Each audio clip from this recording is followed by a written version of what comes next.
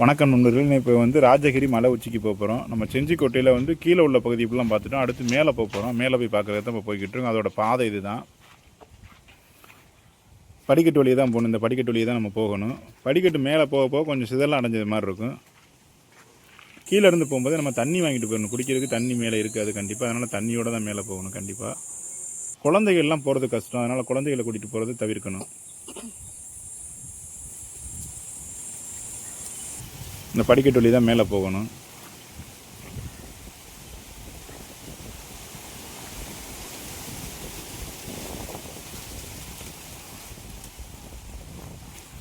இந்த போகிற வழியில் பாதியிலே பார்த்தா அந்த கோட்டையோட இது வந்து நமக்கு பார்க்குறதுக்கு நல்லா தெரியும். பாதி தூரம் வந்துட்டோம். நம்ம இப்போ போகிற வழியில் வந்து ஒரு சிவலிங்கம் ஒன்று இருந்துச்சு.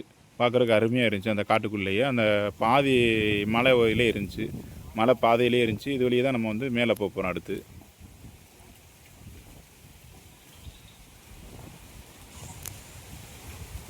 நம்ம மேலே இருந்து இப்போ மிடிலேருந்து கீழே அப்படியே பார்த்தோம்னா அவ்வளோ சூப்பராக இருக்கும். அந்த மூலையிலலாம் அந்த ஒரு கூண்டாக கட்டியிருக்காங்க. அதெல்லாம் பாதுகாப்புக்கு அந்த காலத்தில் ஒரு திறமையாக கட்டியிருந்திருக்காங்க. எவ்வளோ ஒரு முன்னெச்சரிக்கையோட ஒவ்வொரு கூண்டும் கட்டியிருந்திருக்காங்க பாருங்கள். இது ஒரு கூண்டு, இந்த ஒரு கூண்டு இருக்குது.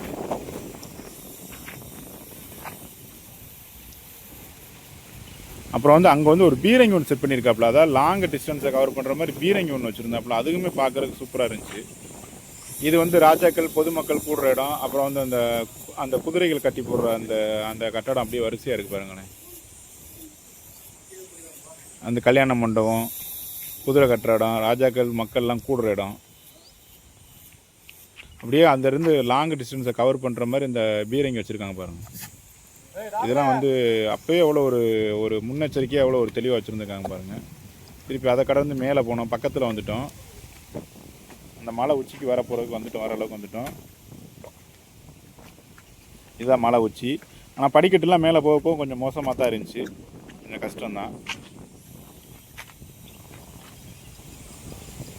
இந்த பீரங்கி தான் வேறு லெவலில் வச்சுருந்துருக்காங்க. அப்போதைக்கு சூப்பராக இருந்துச்சு இந்த பீரங்கி பார்க்க போகும்போது. இங்கே வந்து ஒரு சிறைச்சாலையில் இருக்கான். அந்த சிறைச்சாலை வந்து 3 அடி உயரம் தான் இருக்குங்க. உயரமே உட்காரலாம், மற்றபடி படுத்துக்கிறலாம். நிற்கலாம் முடியாது. குனிஞ்சு தான் நிற்க முடியும். அந்த மாதிரியான சிறைச்சாலை இது. நம்ம அதோட அடுத்த ஸ்டெப்பு மேலே போகிறதுக்காக போகும்போது இந்த இடத்துல தடுத்து நிறுத்திட்டாங்க. மேலே வந்து பாலம் வேலை நடக்குது. அதனால் பொதுமக்களை யாரையும் விட மாட்டோம்னு சொல்லி இவங்க வந்து இங்கே ஒரு ஆள் போட்டு தடுத்து நிப்பாட்டிட்டாங்க. அதோட நம்ம பாதி வழியில் ஏமாற்றத்தோடு வந்தோம். நீங்கள் வர்றதா இருந்தால் விசாரிச்சுட்டு வாங்க. மேலே வரைக்கும் போகிறாங்களா அப்படிங்கிறத விசாரிச்சுட்டு வாங்க. இங்கே பிளான் பண்ணிங்கன்னா மேலே போனால் தான் நம்ம வந்து இவ்வளோ தூரம் வந்ததுக்கு ஒரு பிரயோஜனமாக இருக்கும். இல்லாட்டி கண்டிப்பாக ஏமாற்றம் தான். அதனால் கண்டிப்பாக நீங்கள் வரும்போது விசாரிச்சுக்கிட்டு வாங்க. அதே போல் காலையிலே மலை ஏறிடுங்க. நம்ம வந்து கீழே சுற்றி பார்த்துட்டு மலை ஏறினோம்னா நம்ம டயர்டாயிரும். அதுக்கு போல் வெயிலும் வந்துடும். அதனால் வெள்ளனா ஓப்பன் பண்ணோன்னே உள்ளே வந்து நேராக மலையை போய் சுற்றி பார்த்துட்டு கீழே இறங்குறதுக்கு பிளான் பண்ணணும்.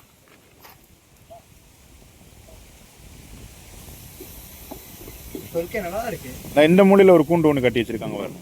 இந்த கூண்டுலாம் வந்து அப்போவே ஒரு ஒரு முன்னெச்சரிக்கையாக எவ்வளோ ஒரு திறமையாக கட்டி வச்சுருக்காங்க பாருங்க. அப்போ உள்ள கட்டிடத்தோட தொழில்நுட்பமே வேறு, இப்போ உள்ள தொழில்நுட்பம் வேறு. இப்போல்லாம் இந்த மாதிரி யோசித்து கட்ட முடியுமான்னு கேட்டால் அதெல்லாம் தெரியவே இல்லை.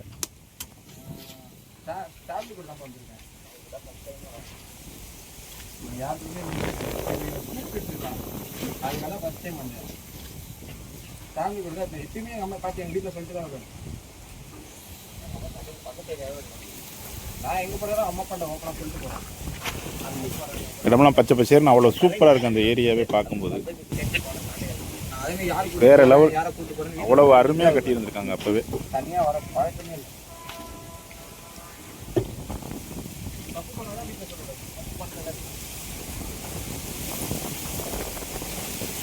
அவ்வளோ அப்படியே இறங்க ஆரம்பிச்சிட்டோம். கீழே பார்த்துட்டு ஒரு இடமா இறங்கி ஆரம்பிச்சிட்டோம். வர்ற வழியில் ஒரு குகையை பார்த்தோம். இந்த குகை தான் அந்த காலத்தில் வந்து ராஜாக்கள் வந்து இந்த குகையை தான் பயன்படுத்தியிருக்காங்க. குகை உள்ளே போக போக கொஞ்சம் பார்க்குறதுக்கு பயமாக தான் இருந்துச்சு. அதோட ஒரு முடிஞ்ச அளவு கவர் பண்ணிட்டு அங்கேருந்து திருப்பி கிளம்பணும். பாருங்கள், இப்படியே உள்ளே போய்கிட்டே இருக்கலாம். இறங்கி போகிறதுனா போகலாம். நமக்கு என்னமோ கொஞ்சம் பயமாக இருந்துச்சு. அதோட அங்கேருந்து கிளம்பியாச்சு. அப்படியே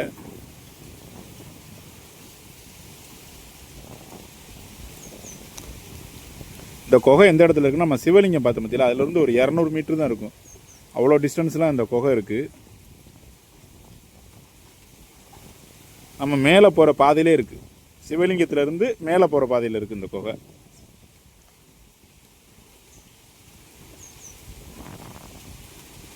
இதுதான் அந்த பாதை, குகைக்கு போகிற பாதை இந்த பாதை தான். நம்ம இங்கே வந்து ஸ்ட்ரைட்டாக போனால் மேலே போயிடலாம். இந்த இடையில ஒரு பாதை ஒன்று கட் ஆகுது, ஒத்தையடி பாதை மாதிரி. இந்த பாதை தான், இங்கே தான் குகைக்கு போகிற பாதை. இதுதான், இது வந்து ராணிக்கோட்டைன்னு சொல்கிறாங்க. ஆனால் இதோட உண்மையான பேர் வந்து கிருஷ்ணன் கோயில் இருந்திருக்கு அந்த காலத்தில். இங்கே கிருஷ்ணன் கோயில் வச்சு வழிபட்டுருக்காங்க.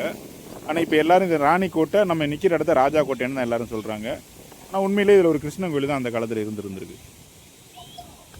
கண்டிப்பாக நம்ம அடுத்தாப்புல அதுக்கவே ஒரு வீடியோ போடுவோம். நம்ம வந்து ஓரளவுக்கு இறங்கி வர ஆரம்பிச்சிட்டோம்.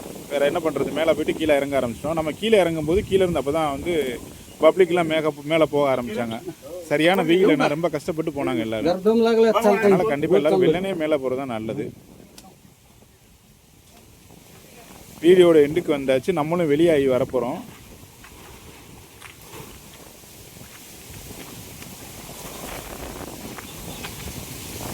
நம்ம அடுத்த வீடியோவில் சந்திப்போம். ஓகே, பாய், தேங்க்யூ. லைக் பண்ணுங்கள், சப்ஸ்கிரைப் பண்ணுங்கள், கமெண்ட்